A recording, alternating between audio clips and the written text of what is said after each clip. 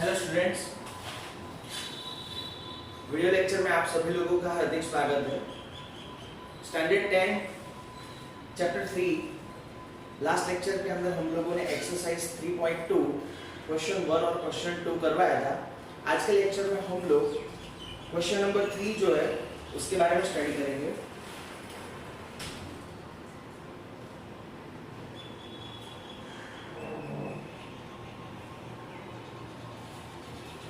Question number 3 के अंदर खास करके पहले आपको टेक्स्ट बुक ओपन करनी है और टेक्स्ट बुक ओपन करने के बाद जो मैं यहाँ से स्टडी कर रहा हूँ क्वेश्चन 3 एक्सरसाइज 3.2 का, वो आपको ध्यान से देखना है। क्वेश्चन कुछ ऐसे है, on comparing the ratio A1/A2, B1/B2 and C1/C2 find out whether the following pair of linear equations are consistent or inconsistent। मतलब सबसे पहले आपको रेशियोज फाइंड करना है A1/A2, B1/B2 एंड C1/C2। इसके रेशियो को कंपेयर करना है। कंपेयर करने के बाद आपको ये वेरीफाई करना है कि जो इक्वेशंस है वो कंसिस्टेंट है या इनकंसिस्टेंट है।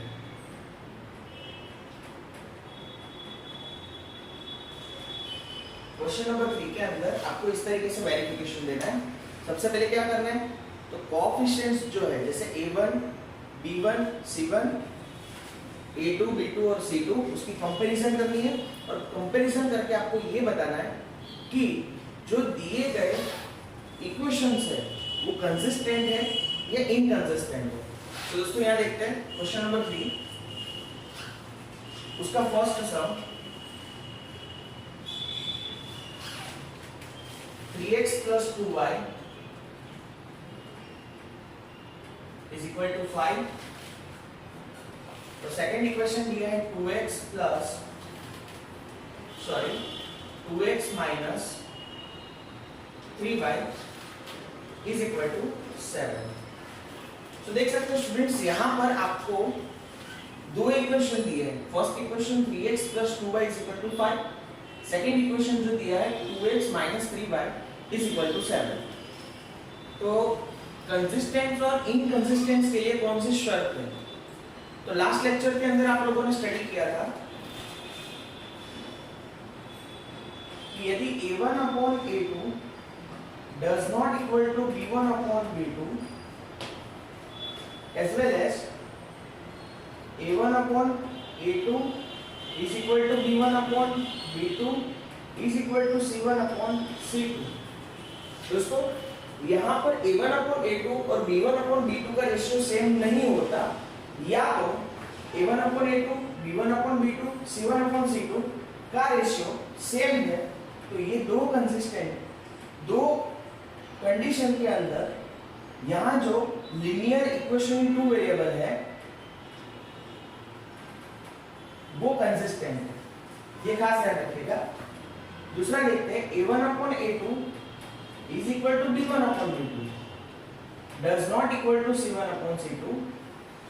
यदि ऐसा है तो हम लोग कहेंगे कि हमारे जो लीनियर इक्वेशंस है वो इनकंसिस्टेंट है। तो ध्यान रहे, ये दो कंडीशंस के लिए हमारे जो लीनियर इक्वेशन है वो कंसिस्टेंट है और ये कंडीशन के लिए हमारे जो वेरिएबल्स है वो इनकंसिस्टेंट है। तो देखते हैं आगे स्टूडेंट्स।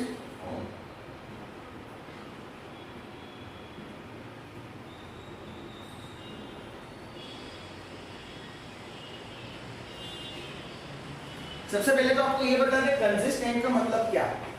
तो जो लीनियर इक्वेशन का सॉल्यूशन करने से या तो एक सॉल्यूशन मिले, मिनिमम एक सॉल्यूशन मिले, या तो उससे भी ज्यादा सॉल्यूशन मिलते हैं, तो उसको हम लोग कह सकते हैं कंसिस्टेंट। अब देख सकते हैं आगे आपको ये स्टडी करवाया था कि यदि जो कोएफिशिएंट्स है उसके जो वेरिएबल्स है, कोएफिशिएंट्स है वेरिएबल के, उसका ratio A1/A2, B1/B2 does not equal to होता है, तो उसमें एक यूनिक सॉल्यूशन मिलता है। A1/A2, B1/B2, C1/C2 यदि इक्वल है तो इनफाइनाइटली माइनर सॉल्यूशन मिलते हैं। तो ये दोनों केस के अंदर सॉल्यूशन तो हमें मिलते ही मिलते हैं, इसलिए इसको कंसिस्टेंट कहेंगे। लेकिन यहाँ ये लाइन जो इस तरीके से हम ग्राफिकली रिप्रेजेंट करें तो वो लाइन एक दूसरे के साथ पैरेलल होती है, और पैरेलल होने की वजह से हम लोग ऐसा कह सकते हैं कि ये जो इस तरीके का वेरिएबल्स जो मतलब आपको इक्वेशंस दिया है वो इनकंसिस्टेंट है। आगे स्टूडेंट्स यहाँ पर क्वेश्चंस पे आते हैं, जो इक्वेशन है उसके बारे में हम लोग डिस्कस करेंगे। तो उसका सॉल्यूशन किस तरीके से निकालेंगे, सबसे पहले a1 आपको लिख लेना है जो 3 है, b1 2 है, c1 5। दोस्तों यहाँ पर स्टैंडर्ड फॉर्मेट में मैं नहीं लिख रहा हूँ क्योंकि दोनों वेरिएबल्स कांस्टेंट टर्म जो है वो इक्वल टू के उस साइड है। उसी तरीके से यहाँ a2 is equal to 2, b2 is equal to -3, c2 is equal to 7। तो सबसे पहले आपको a1 a2 b1 b2 c1 c2, a1 मतलब x का कोएफिशिएंट, b1 मतलब y का कोएफिशिएंट और c1 मतलब कांस्टेंट टर्म। x का जो कोएफिशिएंट होता है उसको a2 कहेंगे, y का जो कोएफिशिएंट -3 है उसको b2 कहेंगे, और कांस्टेंट टर्म जो है वो सेकंड इक्वेशन का 7 है। दोस्तों अभी यहाँ पर हम सबके रेशियोस फाइंड कर लेते हैं। a1 upon a2 is equal to 3 upon 2, b1 upon b2 is equal to 2 upon -3, therefore -2 upon 3 ऐसा भी हम लोग लिख सकते हैं, क्योंकि यदि दोनों में से कोई एक नेगेटिव है तो वो पूरा टर्म नेगेटिव है ऐसा हम लोग कहेंगे। और तीसरा ratio c1 upon c2 is equal to 5 upon 7। चलो दोस्तों अब एक दूसरे के साथ कंपैरिजन करो। यहाँ पर a1 a2 का रेशियो 3 अपॉन 2 है, b1 b2 का रेशियो -2 अपॉन 3 है, c1 c2 का रेशियो 5 अपॉन 7 है। तो सबसे पहले इन दोनों का कंपैरिजन करते हैं, क्या ये दोनों मैच हो रहे हैं, क्या ये दोनों इक्वल है? श्योर। अब देख सकते हो कि यहाँ पर ये दोनों इक्वल नहीं है। सो यहाँ लिख देंगे एक statement, here a1 upon a2 does not equal to b1 upon b2, therefore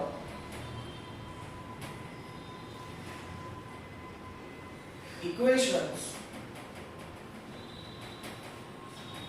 are consistent।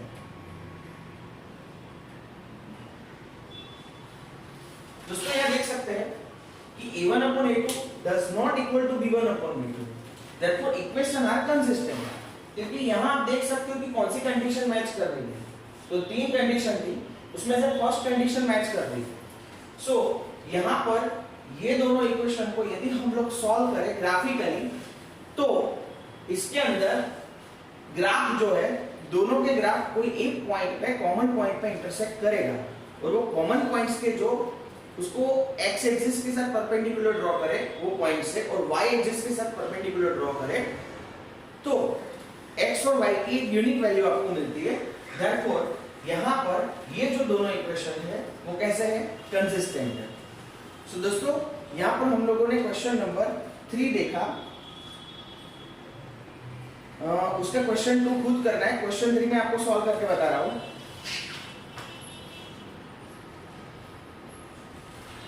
Question 3 upon 2x plus 5 upon 3y is equal to 7, 9x minus 10y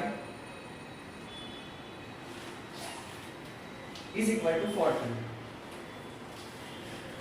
students question 1 solve किया, question 2 आपको खुद solve करना है क्योंकि वो same यही तरीके का है। बस खास ध्यान रखिएगा कंडीशन तीनों में से कौन सी मैच कर रही है, जो कंडीशन मैच करे उसके हिसाब से आपको आंसर लिख देने का।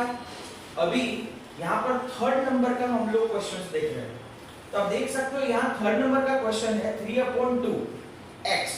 तो यहाँ पर फ्रैक्शनल फॉर्म के अंदर मुझे कोएफिशिएंट्स दिए हुए हैं, कोई बात नहीं। सबसे पहले हम लोग क्या करेंगे, a1 मतलब क्या, x का कोएफिशिएंट जो 3 अपॉन 2 है,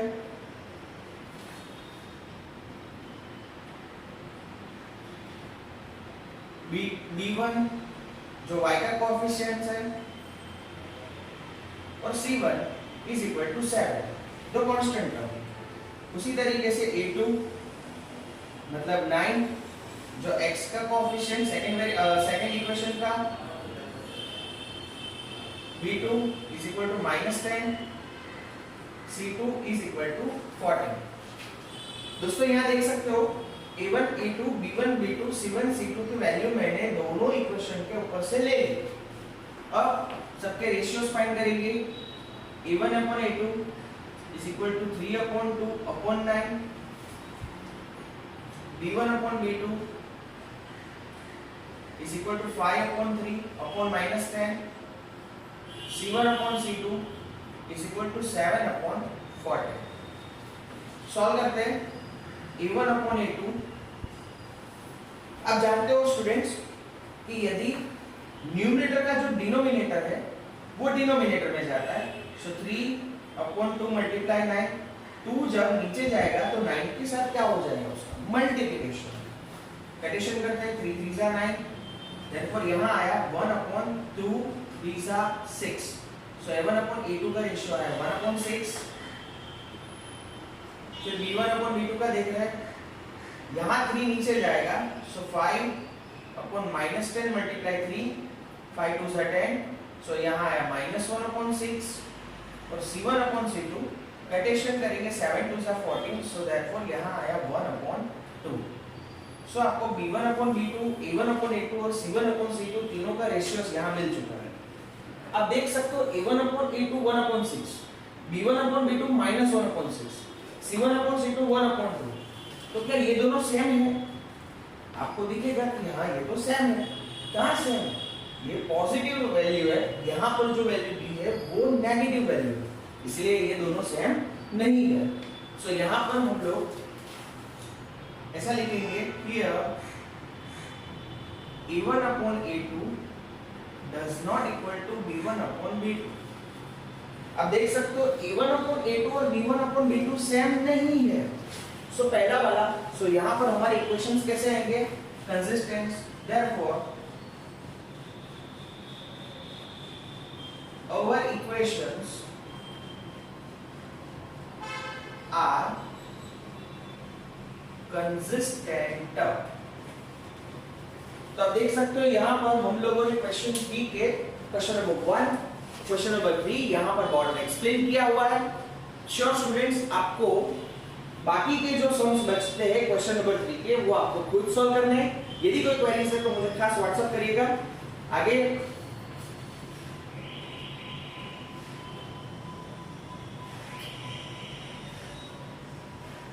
question number 4,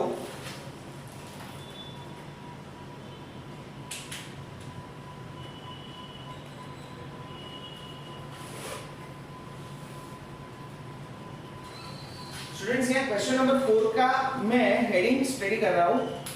Which of the following pairs of linear equations are consistent or inconsistent? सबसे पहले आपको ये बताया कि नीचे दिए गए इक्वेशंस में से कौन से इक्वेशंस कंसिस्टेंट है या इनकंसिस्टेंट है, सबसे पहले वो लिखना है। उसके बाद if consistent, obtain the solution graphically। If the equations are consistent, then obtain the solution graphically। तो क्वेश्चन 4 आप समझ गए। सबसे पहले check equations are consistent or inconsistent।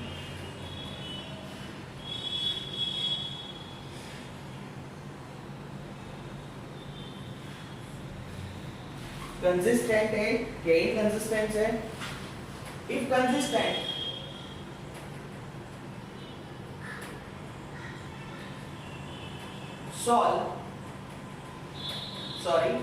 find solution graphically।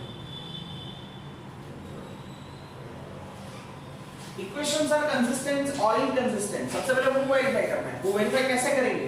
तो स्टूडेंट्स यहाँ देखा जिस तरीके से क्वेश्चन 3 के अंदर हम लोगों ने वेरीफाई किया, उसी तरीके से यहाँ पर भी क्वेश्चन 4 में भी वेरिफिकेशन करेंगे।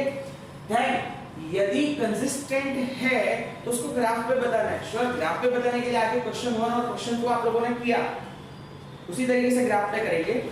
फर्स्ट क्वेश्चन करते हैं, ध्यान से देखना आप सभी students. x plus y is equal to 5 and 2x plus 2y is equal to 10। Student आप देख सकते हो यहाँ पर पहला इक्वेशन जो है वो x plus y is equal to 5 है, सेकेंड इक्वेशन है 2x plus 2y is equal to 10। तो दोस्तों सबसे पहले ये वेरीफाई करते हैं कि इक्वेशन कंसिस्टेंट है या इनकंसिस्टेंट। तो उसके लिए सबसे पहले x का कोएफिशिएंट a1 जो 1 है, y का कोएफिशिएंट b1 जो 1 है, कांस्टेंट टर्म 5, पहले इक्वेशन का जो c1 है, उसी तरीके से a2 is equal to 2, b2 is equal to 2, c2 is equal to 10। तो स्टूडेंट सबसे पहले आपको कोएफिशिएंट्स और कांस्टेंट टर्म लिख लेने हैं। अब उसके रेशियोज फाइंड करेंगे। a1 upon a2 is equal to 1 upon 2, b1 upon b2 is equal to also 1 upon 2, c1 upon c2 is equal to 5 upon 10, so 5 2s are 10, so 1 upon 2। yes students, यहाँ आप देख सकते हो a1 a2 का ratio, b1 b2 का ratio, c1 c2 का ratio, तीनों ratio आप देख सकते हो 1 upon 2, 1 upon 2, 1 upon 2। तो दोस्तों इन तीनों में से कौन सा ऑप्शन आएगा? श्योर, सेकंड वाला। So here a1 upon a2 is equal to b1 upon b2 is equal to c1 upon c2। यहाँ पर a1 a2 b1 b2 और c1 c2 का रेशियो जो है वो इक्वल है, तो क्या therefore equations are consistent। Equation consistent है, एज वेल एज इसके ऊपर से आपको ये भी मालूम पड़ जाएगा कि यहाँ जो इक्वेशंस दिए हैं यदि उसका सॉल्यूशन फाइंड करेंगे तो उसमें यूनिक सॉल्यूशन मिलेगा, नो सॉल्यूशन मिलेगा या इनफाइनाइटली मैनी सॉल्यूशन मिलेगा। तो श्योर है आप देख सकते हो इसके लिए यूनिक सॉल्यूशन होता है, इसके लिए इनफाइनाइटली मैनी,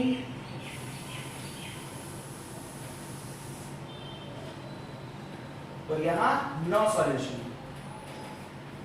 तो श्योर है एंड वी गेट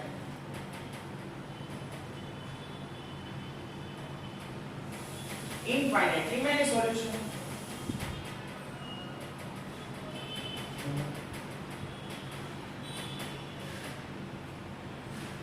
तो स्टूडेंट्स अब यहां पर ग्राफिकली रिप्रेजेंट करना। सो ग्राफिकली रिप्रेजेंट करने के लिए क्या कर रहे थे? सबसे पहले इक्वेशन 1 ले लेते हैं। Take equation number 1, equation number 1 ले लिया, x plus y is equal to 5। अब दोनों में से कोई भी एक वेरिएबल को आपको क्या कर देना है? सिंगल कर देना है। मतलब कि इक्वल टू के इस साइड कोई एक वेरिएबल आना चाहिए, इक्वल टू के उस साइड जो है मतलब एक वेरिएबल कोई अकेला कर दो, या तो x को अकेला कर सकते हो या तो आप y को अकेला कर सकते हो। सो श्योर है यहाँ पर मैं x को ही अकेला करूंगा। So x is equal to y सामने ले जाए तो 5 माइनस y, ये इक्वेशन मिला। अब क्या करेंगे? श्योर आप जानते हो एक बॉक्स बनाएंगे, क्योंकि ग्राफ बनाना है तो डिफरेंट वैल्यूज ऑफ y और x मुझे फाइंड करना पड़ेगा। सो यहाँ पर मैं लिख देता हूँ x, यहाँ पर लिखता हूँ y। So now put y is equal to 1। दोस्तों सबसे पहले मैंने y is equal to 1 रखा, therefore x is equal to 5 minus y। so x is equal to 5 minus 1, so x की वैल्यू मिलेगी 4। जब इक्वेशन 1 के अंदर y की वैल्यू 1 रखते हैं तो x की वैल्यू मुझे मिल रही है 4। उसी तरीके से now put y is equal to 2। दोस्तों छोटी छोटी वैल्यू रखनी है क्योंकि ग्राफ के ऊपर रिप्रेजेंट करना है, ग्राफ के ऊपर आसानी से रिप्रेजेंट हो जाए, इसलिए आपको छोटी छोटी वैल्यू लेनी है। सो y की वैल्यू 2 रखी, सो 5 minus y, 5 minus -2 इज 3। सो दोस्तों आप देख सकते हो यहाँ y की वैल्यू जब इक्वेशन 1 के अंदर रखते हैं तो 2 वैल्यू रखने से x की वैल्यू आपको 3 मिल रही है। सो इक्वेशन 1 के लिए दोनों वैल्यू मिल चुकी है और इस दोनों वैल्यू के ऊपर से मुझे एक लाइन जो है वो आसानी से मिल जाएगी। आगे take equation number 2, equation number 2 लेना है तो 2x plus 2y is equal to 10 है। दोस्तों ध्यान रहे कल कुछ स्टूडेंट्स के होमवर्क के अंदर देखा था कि वो लोग पहले 2 को सामने ले जाके डिवाइड करते थे, तो दोस्तों ऐसा नहीं हो सकता। सबसे पहले टर्म्स जो है 2x और 2y दोनों में से किसी एक को ले जाओ सामने। So 2x is equal to 10 minus 2y को सामने ले जाएंगे तो माइनस हो जाएगा। अब यहाँ 2 और x का रिलेशन कौन सा है, मल्टीप्लिकेशन का। सो सामने जाएगा तो डिवाइड हो जाएगा तो x is equal to 10 minus 2y upon 2। अब ऊपर ऐसा कुछ कॉमन निकल रहा है, क्या कॉमन निकलेगा, तो श्योर 2 कॉमन निकलेगा, अंदर बचेगा 5 माइनस y अपॉन 2। अब देख सकते हो 10 के फैक्टराइज करो तो 5 2 जा होगा, यहाँ 2 है मतलब 2 1 जा, दोनों में 2 कॉमन निकलेगा बाहर, अंदर बचेगा 5 माइनस कुछ नहीं तो 1/2 2 cut, therefore x is equal to आपको मिला 5 माइनस y। दोस्तों यहाँ पर अभी हम ये इक्वेशन के अंदर y की वैल्यू रखते हैं। Now put y is equal to, यहाँ 5 रख रहा हूँ, y की वैल्यू 5 रखते हैं इक्वेशन नंबर 2 के अंदर। x is equal to 5 minus y, 5 minus 5 0। दोस्तों देख सकते हो आप जो y की वैल्यू इक्वेशन 2 में रखी तो x की वैल्यू 0 मिल गई है। उसी तरीके y इज इक्वल टू 0 रख रहा हूँ मैं, so x is equal to 5 minus 0, therefore x is equal to 5। तो y की वैल्यू इक्वेशन 2 में 0 रखते हैं तो x की वैल्यू 5 मिल रही है। दोस्तों यहाँ पर इक्वेशन 1 और इक्वेशन 2 के लिए x और y की जो डिफरेंट वैल्यूज है वो आपको मिल गई है। अभी आपको क्या करना है, अभी आपको ग्राफिकली रिप्रेजेंट करना है। तो हम लोग जिस तरीके से ग्राफिकली कोऑर्डिनेट ज्योमेट्री के अकॉर्डिंग रिप्रेजेंट करना है उसी तरीके से सबसे पहले कोई प्लेन है, प्लेन के ऊपर आपको मतलब आपके पास तो ग्राफ होगा, एग्जैक्ट मिडल में आपको y एक्सिस ड्रॉ करना है वर्टिकली और हॉरिजॉन्टली x एक्सिस ड्रॉ करना है। जहां उसका ओरिजिन है वहां 0, right hand side positive value आएगी, left hand side negative value आएगी, ऊपर की side positive value, left hand side negative down side negative value आएगी। तो स्टूडेंट्स यहाँ पर सबसे पहले मुझे इक्वेशन 1 का ग्राफ मतलब कि लाइन जो है वो ड्रॉ कर लेनी है। तो इक्वेशन 1 के लिए x 4 होता है तो y 1 होता है, इसलिए इसका ये पॉइंट यहाँ प्लॉट हो जाएगा। यहाँ मैं पॉइंट्स प्लॉट कर रहा हूँ। अब यहाँ पर आप देख सकते हो x की वैल्यू जब 3 है तो y की वैल्यू 2 है। सो ये पॉइंट यहाँ आएगा, ये पॉइंट यहाँ आएगा और ये दो पॉइंट में से पास होने वाले स्केल की मदद से आपको एक अच्छी सी लाइन ड्रॉ कर लेनी है और यहाँ इक्वेशन लिख देना है x + y = 5। दोस्तों उसी तरीके से यहाँ पहला यदि एक लाइन का प्लॉटिंग हो चुका तो दूसरा लाइन का भी प्लॉटिंग आपको कर देना है क्योंकि आपको इससे सॉल्यूशन फाइंड करना है। अब क्या करना है, x 0 होता है तो y 5 होता है और x 5 होता है तो y 0 होता है। तो आप देख सकते हो कि इसमें से जो पास होने वाली लाइन है मतलब एक लाइन दूसरे लाइन के ऊपर कोइंसिडेंट कर रही है। मतलब यहाँ आपको ये पहले ही बता दिया था कि इनफाइनाइटली मैनी सॉल्यूशन होता है तो उसका ग्राफ जो होता है वो क्या होता है, कोइंसाइड। कोइंसाइड मतलब क्या, एक लाइन के ऊपर दूसरी लाइन जो है वो क्या करेगी, इंटरसेक्ट करेगी। सो यहाँ पर आप देख सकते हो सिंगल लाइन आपको मिल रही है, मतलब यहाँ पर इनफाइनाइटली मैनी सॉल्यूशंस है क्योंकि पहली लाइन और दूसरी लाइन दोनों एक दूसरे को इनफाइनाइटली मैनी पॉइंट्स में इंटरसेक्ट कर रहे हैं। सो यहाँ लिखेंगे अवर graph display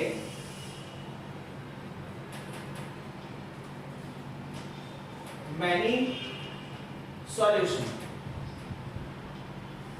हमारा ग्राफ जो है वो क्या कर रहा है, बहुत सारे सॉल्यूशन डिस्प्ले कर रहा है, तो हमें इस तरीके से आपको लिख के खत्म कर देना है। तो दोस्तों इसी तरीके से क्वेश्चन 4 जो है उसका सेकंड, थर्ड और फोर्थ सम आपको खुद गिनना है। यदि कोई क्वेरीज है तो मुझे कांटेक्ट करिएगा। होमवर्क में यहाँ लिख रहा हूँ एक्सरसाइज 3.2 क्वेश्चन नंबर 2, 3 सॉल्व, इसको सॉल्व करना है और सॉल्व करके व्हाट्सएप नंबर जो है मेरा इसके ऊपर आपको सेंड करना है।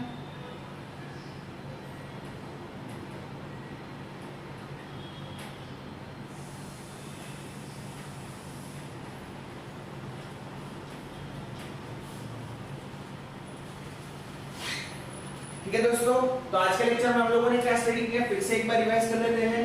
एक्सरसाइज 3.2 में जो क्वेश्चन नंबर 3 था जिसमें A1 A2 B1 B2 C1 C2 का रेशियो कंपेयर करना था और ये बताना था कंसिस्टेंट है या इनकंसिस्टेंट है। तो यहाँ दो सम आपको एक्सप्लेन किए। क्वेश्चन नंबर 4 के अंदर check equations are consistent, inconsistent, if consistent find the solution graphically. So पहले कंसिस्टेंट है या इनकंसिस्टेंट है वो सॉल्व किया हम लोगों ने रेशियोस कंपेयर करके। रेशियोस कंपेयर करने के बाद क्या करना है, आपको ग्राफिकली रिप्रेजेंट करना है। तो ग्राफिकली रिप्रेजेंट करने के लिए आपको क्या करना है, दोनों इक्वेशन के अंदर बारी बारी कोई भी दो वैल्यू, डिफरेंट वैल्यूज y की रखनी है तो आपको x की वैल्यू मिल जाएगी, x की वैल्यू रखते हैं तो y की वैल्यू मिल जाएगी। तो इस तरीके से दोनों इक्वेशंस के लिए हम लोगों ने वैल्यूज रखी, इस तरीके से बॉक्स बनाए। बॉक्स बनाने के बाद वैल्यू रखने के बाद आगे हम लोगों ने ग्राफ के ऊपर प्लॉटिंग किया और ग्राफ के ऊपर प्लॉटिंग करने के बाद यहाँ सॉल्यूशन आप देख सकते हो, बहुत सारे सॉल्यूशन हैं। ये पॉइंट का भी एक सॉल्यूशन आएगा, ये पॉइंट का भी एक सॉल्यूशन आएगा, ये पॉइंट का भी एक सॉल्यूशन आएगा। मतलब यहाँ पर आप देख सकते हो इनफाइनाइटली मैनी सॉल्यूशन। तो दोस्तों श्योर आपको यदि ये वीडियो लेक्चर्स पसंद हो, अच्छा लगा हो तो सब्सक्राइब करना मत भूलिएगा। तो thank you, goodbye students.